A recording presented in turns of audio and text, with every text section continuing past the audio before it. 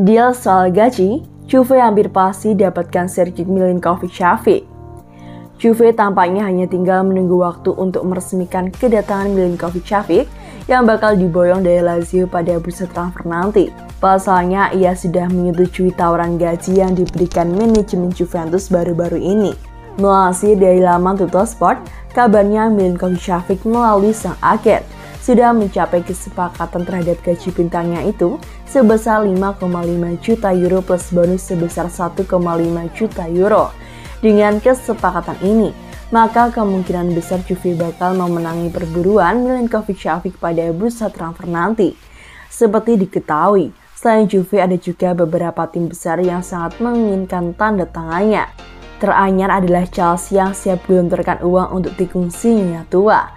Tetapi meski sudah sepakat soal kisaran pendapatan yang akan diterima, namun Juve masih memiliki kendala untuk bisa meresmikannya, yakni kesepakatan transfer fee yang dipatok oleh Lazio sebagai klub pemilik Milinkovic-Savic. Kabarnya Lazio tak mau melepas Savic dengan harga jual kurang dari 100 juta euro. Nominal besar itu tentu bakal jadi batu sandungan besar bagi Juventus untuk dapat merekrut sang gelandang asal Serbia. Namun jika Juve bisa menemukan kata sepakat terkait fee transfer Milinkovic-Savic, maka kubu bianconeri hanya tinggal meresmikan kepindahannya ke Turin pada bursa transfer nanti.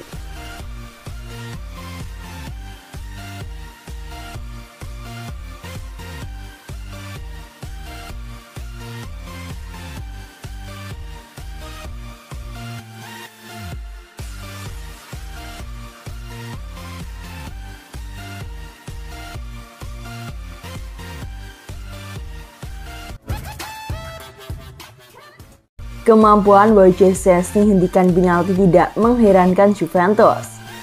Wojciech Szczęsny bikin penyelamatan penalti sensasional ketika Polandia mengalahkan Arab Saudi dengan skor 2-0 di Piala Dunia.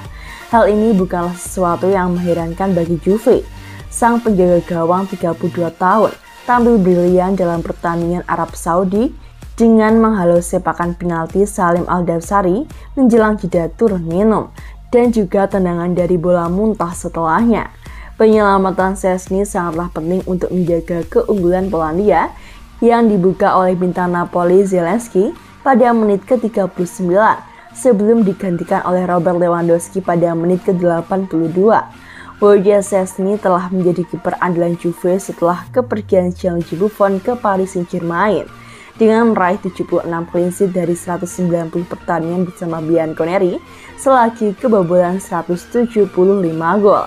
Mantan kiper Arsenal tersebut memang ahli dalam menggagalkan penalti dengan berhasil menyelamatkan 24 dari 85 penalti yang dihadapi olehnya di sepanjang karir sebelum laga kontra Arab pada Sabtu 26 November malam kemarin. Pada musim lalu, Szczęsny membuat 3 penyelamatan penalti di Serie A untuk Juve dengan menggagalkan penalti Jordan Vertonghen dan Lorenzo Pellegrini saat menghadapi AS Roma. Kemudian Antonio Candreva kalah menghadapi Sampdoria. Pada musim ini dia baru menghadapi 1 tendangan penalti untuk Juve, yaitu kontra Benfica. Namun sayang, Joao Mario mampu menjebluskan bola ke gawang dalam kemenangan 4-3 di Lisbon, yang membuat Juve tersingkir di babak grup Liga Champions.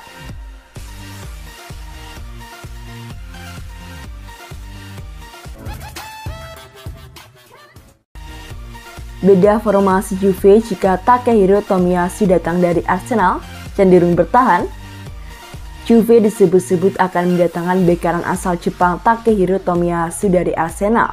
Berikut perakiraan formasinya. Juve dikabarkan tengah menyasar beberapa bek sayap baru yang akan digunakan untuk menggantikan pemain senior. Pemain senior yang akan digantikan adalah bek kanan asal Kolombia Juan Cuadrado yang sudah mulai menua dan disebut akan hengkang dari Juventus. Juve sendiri dikabarkan mulai mengincar Takehiro Tomiyasu dan berniat untuk memulangkan sang pemain ke Liga Italia. Namun demikian, Juve tentu akan mengalami perubahan formasi, dikarenakan Tomiyasu dikenal sebagai pemain yang mahir berperan di beberapa posisi. Berikut ini merupakan bedah formasi Juve jika mendatangkan Takehiro Tomiyasu dari Arsenal sebagai pengganti Juan Cuadrado. 4-3-3. Formasi pertama yang bisa dimainkan oleh Juve adalah 4-3-3 yang belakangan kembali diandalkan sang pelatih Allegri. Dengan formasi 4 back, Juve bisa memanfaatkan Tomiyasu di beberapa posisi, meski kemungkinan besar adalah bek kanan. Pasalnya Juve kini mengalami kekosongan di sekitar bek sayap kanan, sehingga bek yang satu ini adalah solusinya. Tentu saja Tomiyasu akan diberikan tugas sebagai bek kanan yang cenderung lebih bertahan daripada banyak membantu serangan. Kondisi ini akan membuat Juve bertahan lebih baik dan menjaga mereka dari serangan yang diderita dari sisi kanan. 3-5-3. Formasi berikutnya yang akan digunakan oleh Juve adalah 3-5-3 dengan Takehiro Tomiyasu bermain sebagai satu dari 3 bek tengah. Pasalnya ia merupakan pemain yang tipe lebih bertahan, sehingga akan sulit jika ditempatkan di posisi bek sayap kanan Juventus. Dengan formasi ini, tentu Juve akan memasukkan satu bek sayap kanan dan kemungkinan akan mencoba Federico Chiesa. Juve sebenarnya sudah memiliki bek kanan tengah, yaitu Federico Gatti yang sempat bermain bagus melawan Lazio di Liga Italia. Namun demikian, dengan kehadiran Tomiyasu, sang pemain muda bisa saja ditempatkan Juve untuk lebih menyerang.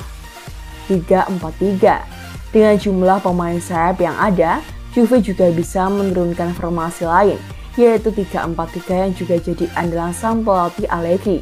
Pasalnya susunan pemain Juve sangat memungkinkan untuk itu, dan kehadiran Takehiro Tomiyasu juga menambah kedalaman skuad. Tomiyasu bisa ditempatkan di posisi kanan dalam susunan 3 bek maupun bek sayap kanan yang cenderung lebih menyerang. Dengan demikian, bek timnas Jepang di Piala Dunia bisa berkonsentrasi untuk membantu pertahanan yang bisa mengubah formasi menjadi 4 bek dengan cepat. Ketika Tomiyasu yang juga kerap ditempatkan Arsenal di posisi bek sayap kanan mundur ke belakang dan berubah menjadi 4 bek, Philipp Kostic bisa maju ke depan dan mengubah formasi klub Liga Italia Juventus menjadi 3 penyerang di depan.